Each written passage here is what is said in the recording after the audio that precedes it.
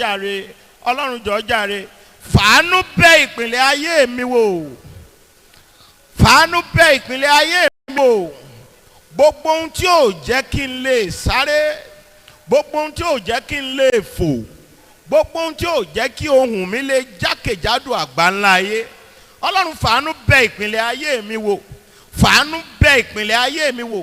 Ẹ gbàdúrà, ẹ sọ fún Ọlọ́run, ẹ̀yin ọmọ Ọlọ́run, Ọlọ́run fàánú bẹ̀ ìpìlẹ̀ ayé mi wò, fàánú rẹ bẹ̀ ìpìlẹ̀ ayé mi wò, Ọlọ́run fàánú rẹ bẹ̀ ìpìlẹ̀ ayé mi wò, gbogbo ohun tí ò jẹ́ n lè sáré, ohun tí ò jẹ́ n lè fò, ohun tí ò jẹ́ n lè ṣoríire, ohun tí ò jẹ́ n lè gòkè, ohun tí ò jẹ́ n lè gbókè pẹ́pẹ́pẹ́, ohun tó ń fà mí wá sẹ́yìn, àánú rẹ jọ̀ọ́ bẹ̀ ìpìlẹ̀ ayé mi wò, àánú rẹ jọ̀ọ́ bẹ̀ ìpìlẹ̀ ayé mi wò, àánú Olúwa, àánú Olúwa, àánú Olúwa, àánú Olúwa, fàánú rẹ bẹ̀ ìpìlẹ̀ ayé mi wò Olúwa.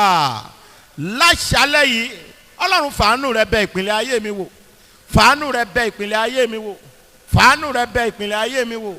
Aláàánú jùlọ, olóore ọ̀fẹ́ jùlọ, aláàánú, fàánú bẹ̀ ìpìlẹ̀ ayé mi wò. Àánú rẹ ni mo nílò, àánú rẹ ni mo nílò, àánú rẹ ni mo nílò, àánú rẹ ni mo nílò. Fàánú bẹ̀ ìpìlẹ̀ ayé mi wò. Ohun tí ò dá níbẹ̀ bẹ̀rẹ̀ sí mú kú o. Radailo pefenteli shente kaleada, reku pa kaleada solish. Ọlọ́run fi àánú rẹ fi bẹ̀ ìpìlẹ̀ ayé mi wò.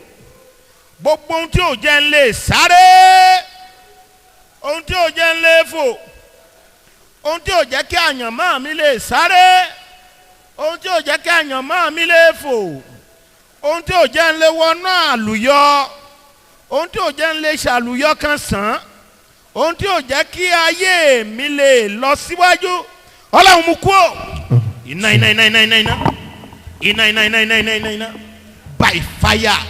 Ọlọ́run bẹ̀ ìpìlẹ̀ ayé mi wò by fire. Bẹ̀ ìpìlẹ̀ ayé aya mi wò, bẹ̀ ìpìlẹ̀ ayé àwọn ọmọ mi. Ọlọ́run bẹ̀ wò, Ọlọ́run bẹ̀ wò, Ọlọ́run bẹ̀ wò, Ọlọ́run bẹ̀ wò. Bẹ̀ ìpìlẹ̀ ayé mi wò, bẹ̀ ìpìlẹ̀ ayé mi wò, bẹ̀ ìpìlẹ̀ ayé mi wò. Jésù Kristi Olúwa wa, àmín. Ẹ ṣàmì dáadáa. Àmín. Àdúrà rẹ gbà. Iná àti àrá lórúkọ Jésù ó bẹ̀ ìpìlẹ̀ ayé rẹ wò. Iná àti àrá ó bẹ̀ ìpìlẹ̀ ayé wa wò.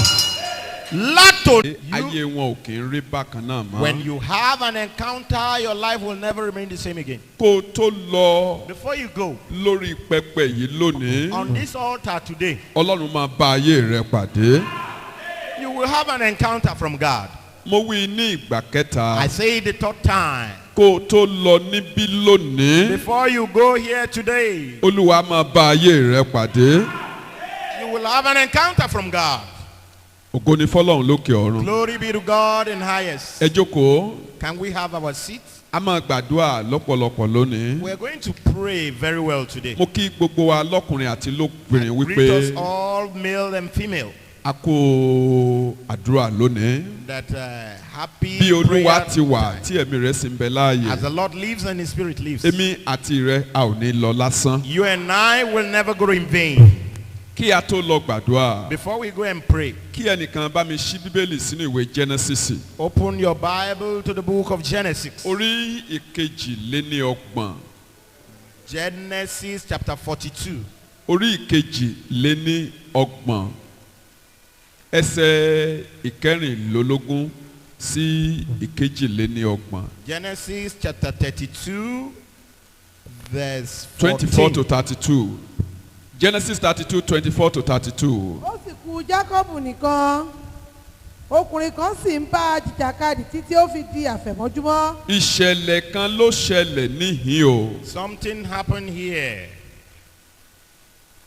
Jákọ́bù ó ti fi ilé sílẹ̀ fún ọ̀pọ̀lọpọ̀ ọdún. And Jacob left his family for lots of years. Ó ti fi ilẹ̀ ìlérí sílẹ̀ ní ọ̀pọ̀lọpọ̀ ọdún lọ sájò. And he left his home and went to sojourn in another place.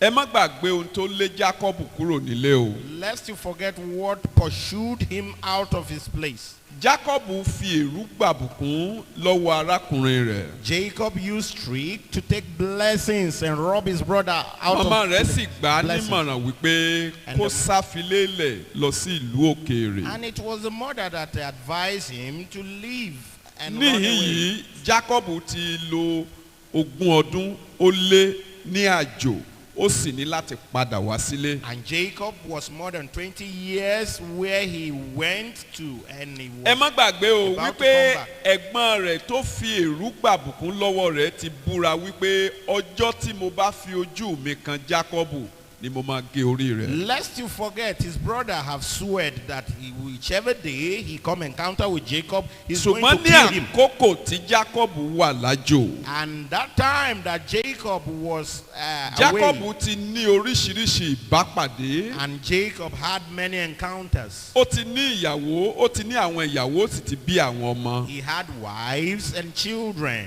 Ó ti lọ́rọ̀, ó ti ní ìbùkún. He had wealth and blessings. Ṣùgbọ́n nísinsìnyí ìbùkún Jákọ́bù kò lè fi ẹsẹ̀ múlẹ̀ tí ò bá sí ní ilẹ̀ ìlérí. And now the blessings of Jacob cannot be established when he's not in unpromised Torí land. olúkúlùkù ló ní ilẹ̀ ìlérí Because tirẹ̀. everybody have his own promised land. Ó dìgbà tí o bá dé ilẹ̀ ìlérí rẹ kí a tó fi ẹsẹ̀ ìbùkún Ọlọ́run múlẹ̀ lórí ayé rẹ. When you get to your promised land, then God will establish your feet. Gbogbo ẹni ń bẹ lájò tí ò sí ní ilẹ̀ ìlérí ẹ̀. You that you are far away, that you are not in your promised land. Kí a tó kúrò níbí lónìí, Before we leave here today, Ọlọ́run ìlérí àti májẹ̀mú God of promises and ó máa mú ọ command, lọ sí ilẹ̀ ìlérí rẹ.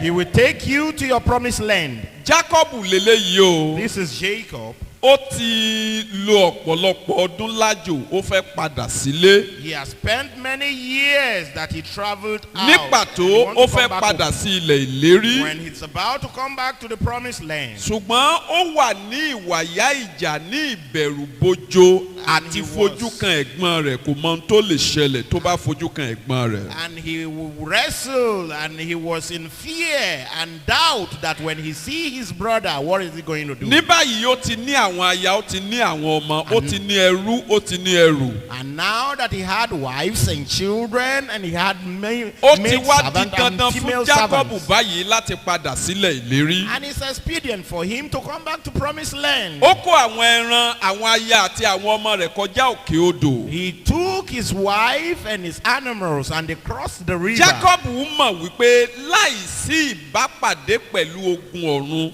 láìsí àjọsọpọ̀ pẹ̀lú Olódùmarè àti ìdánilójú àti ìfẹsẹ̀múlẹ̀ ààbò pẹ̀lú láti ọ̀dọ̀ Ọlọ́run wá, òun ò lè fi ojú kan ẹ̀gbọ́n òun láláì farapa. And he knew quite sure and understand that if it's not the promise or the protection of God for him, we cannot see his brother and go without being hurt. Bíbélì wa sọ fún wa wípé The ó Bible kó said- àwọn ọmọ àti aya àti ẹrù rẹ̀ ṣáájú. He now- Ó wá kù Jákọ́bù nìkan. And Jacob was left alone. Torí pé ní àkókò yìí ó ṣe pàtàkì fún Jákọ́bù láti bá Ọlọ́run pàdé nínú àdúrà. And this time it is expedient for Jacob to have an encounter with God in prayer. Bíbélì sọ wípé ó kù Jákọ́bù And nìkan. the Bible said, and Jacob was left alone. Gbogbo ẹni bá fẹ́ wọ ilẹ̀ ìlérí lọ, ó gbọ́dọ̀ múra láti ja ìjàkadì nínú àdúrà. When you are about to enter into your promised land, you must be prepared to face Gbogbo ẹni tí ò bá fight lè or jà ní wrestling orí in pẹpẹ prayer. àdúrà kò lè wọ ilẹ̀ ìlérí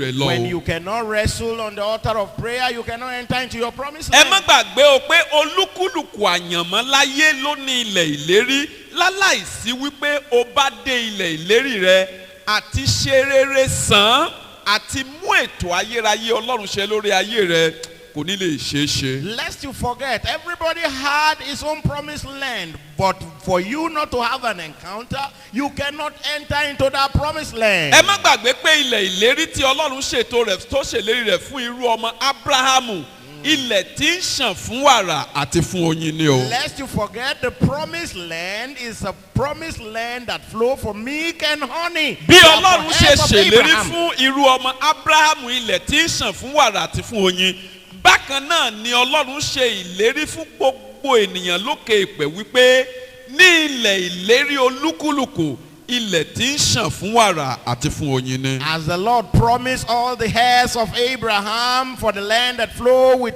milk and honey, so also God has promised each and every individual on earth Jacob a land lélẹ́yìí flowing ó mọ̀ from milk wípé and honey too. ó mọ̀ wípé ògiri wà láàrin òun àti ilẹ̀ ìlérí. And this Jacob understood that there is a barricade between him Ó wá and the ṣe promised land. pàtàkì fún Jacob báyìí láti bá Ọlọ́run sọ̀rọ̀ láti wà ní ìwàyà ìjà pẹ̀lú Ọlọ́run. And Jacob was left alone to speak with the God and to wrestle with Ó God. mọ̀ wípé ó ṣeé ṣe kí àwọn aya tàbí àti àwọn ọmọ tàbí ẹrú àti àwọn ẹrù tó ní kí ó jẹ́ ìdíwọ́ fún òun láti bá Olódùmarè He sọ̀rọ̀. understood that his wife and his loads and his wealth can hinder him of having a great encounter. Bíbélì wá pé ó kù Jákọ́bù And the nìkan. Bible said Jacob was left Ó alone. kù Jákọ́bù nìkan. Jacob was left alone. Bí ó ti fẹ́ wọ ilẹ̀ ìlérí When he's báyìí, about to enter into the promised land, àṣìṣe rẹ̀ ogún Oh my ọdún ó God. lé ó gbé orí sókè lójú ọ̀nà and his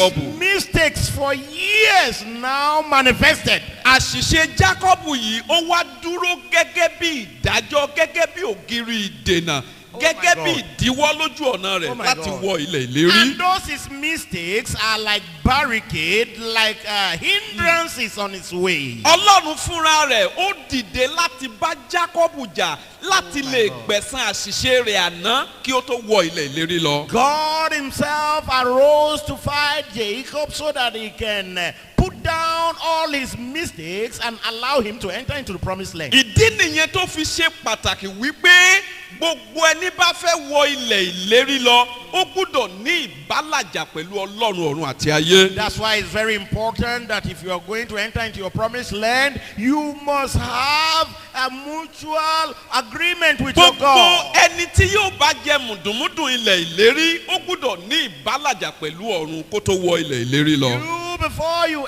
enter or enjoy the dividend of God, Bíbélì you sọ fún wa must wípé enter into covenant ó with kù God. Jákọ́bù nìkan. And the Ẹ Bible tẹ̀síwájú said níbẹ̀ yẹn. Jacob was left alone. Ó kù Jákọ́bù nìkan. Jacob was left alone. Ó bẹ̀rẹ̀ sí ní gbàdúrà. And he began Nígbà tí to Ó wà pray. ní ìwàyà ìjà pẹ̀lú ọ̀run. And he was wrestling with heaven. Ó kù Jákọ́bù nìkan, ṣé kí n máa kà á lọ? Ó sì kù was Jákọ́bù left nìkan. alone. Ó sì kù Jacob Jákọ́bù was nìkan. left alone. ọkùnrin kan sì ń bá jìjàkadì tí ó fi di àfẹ̀mọ́júmọ́. Ọkùnrin kan sì bá a jìjàkadì títí ó fi di àfẹ̀mọ́júmọ́. nígbà tí ó sì rí i pé òun kò lè dá Ẹ a. máa wò ó, báyìí òru ni Jákọ́bù wà. And now it was night. Ó ti rán àwọn ènìyàn rẹ̀ ṣáájú. He have sent his people Ó forward. ti kó wọn kọjá òkè odò. And he has even Ó wá crossed kù Jákọ́bù the nìkan. river. And Jacob was Ó left ti alone. bẹ̀rẹ̀ sí ní wà ní ìwàyà ìjà nínú àdúrà láti òru títí di And àfẹ̀mọ́júmọ́. he began to pray and Ẹ má wrestle gbàgbé with wípé God in ìrìn àjò prayer. náà sì gùn. And don't forget that he had a long journey. Àwọn ẹbí àti ará rẹ̀ wà níbẹ̀. His family were in the journey. Ìdojúkọ pẹ̀lú Ísọ̀ arákùnrin rẹ̀ ń bẹ níbẹ̀. And his confrontation with Esau, Ó his ti wà brother, ní was there. iwájú Ọlọ́run láti òru títí di He has àfẹ̀mọ́júmọ́. been with God from night till Nígbà day. tí ó di When àfẹ̀mọ́júmọ́, it got to the morning, Bíbélì sọ fún wa the wípé Bible nígbà tí ó rí i said, pé òun ọkùnrin kò kan lè yọ sí dá a. Jákọ́bù o. And- Ọkùnrin kan yọ sí and a Jákọ́bù. man appeared unto Jacob Ó wà ní ìwàyà ìjà pẹ̀lú Jákọ́bù. and was wrestling with Jacob. Ọkùnrin yìí wà ní ìwàyà ìjà pẹ̀lú Jákọ́bù. And was wrestling with Jacob. Òun àti Jákọ́bù wọ́n wọnú ẹkẹ lọ. And him and Jacob, they now start wrestling. Wọ́n wà ní ìdojúkojú nínú ìjàkadì They are ní in àfẹ̀mọ́júmọ́. the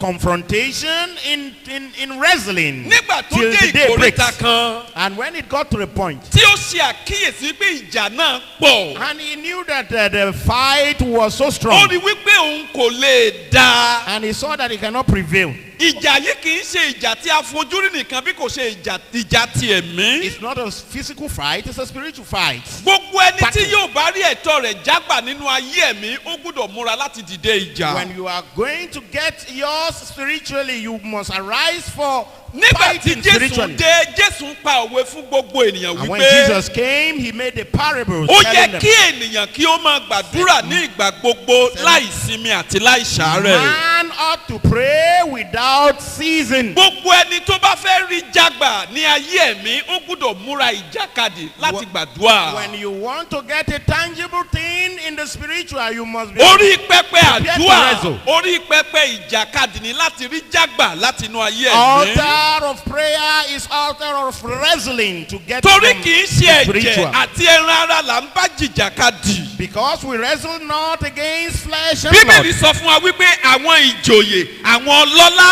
àwọn aláṣẹ ibi òkùnkùn ayé wọn ni àti àwọn ẹ̀mí búburú ojú ọ̀run. The Bible said the principalities and those that are in high places, these are the people we Gbogbo wrestle ẹni tí with. yóò bá rí jágbà nínú ayé ẹ̀mí ó gbúdọ̀ jẹ́ ọkùnrin àti obìnrin akin. And when you are going to collect good thing in the spiritual realm, you must be a valiant Nítorí pé man or a Sátánì woman. ṣe tán láti gbé orí sókè láti di ènìyàn lọ́wọ́ láti dìde ènìyàn lọ́nà láti máa lè wọnú ilẹ̀ Because ìlérí lọ. Satan has prepared in order to hinder you. Ọkùnrin yìí, ọkùnrin yìí, Who is this man ó ṣeé wrestling ṣe with kó Jacob? jẹ́ olórí àwọn áńgẹ́lì o. It might be an Ó ṣeé archangel. ṣe kó jẹ́ kí Michael ní Ọlọ́run rán láti wá wà ní ìwàyà ìjà pẹ̀lú Jacob. It might be Angel Michael that was wrestling with Jacob. Ó ṣeé ṣe kó jẹ́ áńgẹ́lì tí ń dúró ní iwájú Ọlọ́run ní ọ̀sán àti lóru. It might be an angel that stands before God days and Ó ṣeé nights. ṣe kó jẹ́ olúwa àwọn áńgẹ́lì tí ń bẹ lé ọ̀run tó sọ̀kalẹ̀ nínú ara. It might be the head of angel that come down Tí ẹ bá wo in ìwé flesh. mímọ́ dáadáa ẹ ó ṣe àkíyèsí wípé